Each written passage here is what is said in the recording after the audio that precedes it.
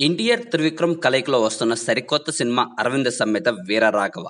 మొదటిసారి వీరి కాంబినేషన్‌లో వస్తున్న సినిమా కావడంతో ఇండస్ట్రీలో ఈ సినిమాపై భారీ అంచనాలే ఉన్నాయి. అందుకు తగ్గట్లే ఈ సినిమా యొక్క టీజర్ గాని, ట్రైలర్ గాని విశేషమైన స్పందన అనేది వచ్చింది. ఇక దసరా కానుకగా ఈ సినిమాని ఈ నెల 11న ఎన్టీఆర్ సినీ కెరీర్‌లోనే అత్యంత భారీ స్థాయిలో విడుదల చేయబోతున్నారు. దానికి తగిన బిజినెస్ డీల్స్ అన్నీ ఇప్పటికే క్లోజ్ అయిపోయాయి. తాజాగా 'అరవింద సమేత' సెన్సార్ అయినట్లు తెలుస్తుంది. దాదాపు 2 గంటల 35 నిమిషాలు నిడివి ఉన్నట్లు సమాచారం. ఇక సెన్సార్ సాంప్రదాయం ప్రకారం సినిమా సెన్సార్ అవుతున్నంత సమయం కూడా డైరెక్టర్ త్రివిక్రమ్ బయటే ఉన్నాడు. ఇక సినిమా చూసిన సెన్సార్ సభ్యులు ఒక చిన్నపాటి రివ్యూ ఇచ్చినట్లు తెలుస్తుంది.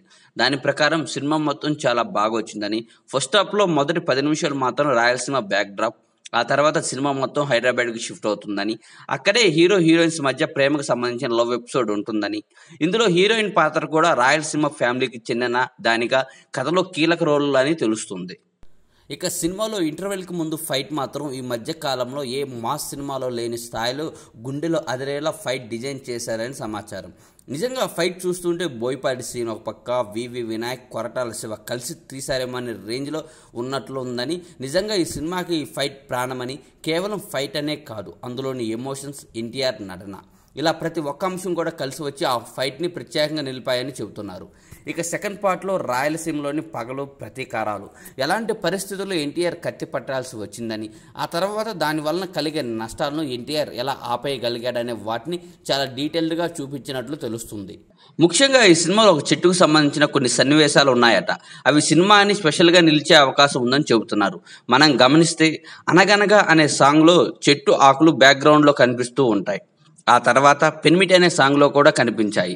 తాజాగా నిన్న రిలీజ్ చేసిన ఒక పోస్టర్లో ఎన్టీఆర్ కత్తి పట్టుకొని నడుస్తూ ఉంటే పక్కనే చెట్టు కనిపిస్తూ ఉంటుంది. ఇలా ప్రతి చోట ఆ చెట్టుని కథలో భాగం చేసేసాడు త్రివిక్రమ్. మరి దాంతో ఏం మాయ చేశాడో చూడాలి.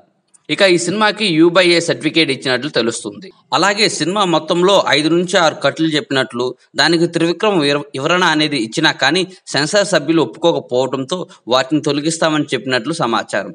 త్రివిక్రమ్ సినిమాకి U/A సర్టిఫికేట్, అందులో కట్లు వినటానికి చాలా ఆశ్చర్యంగా అనిపిస్తుంది. ఇక సెన్సార్ సభ్యుల నుంచి పాజిటివ్ టాక్ అనేది రావడంతో తారక్ అభిమానులు అప్పుడే దసరా పండుగ చేసుకుంటున్నారు.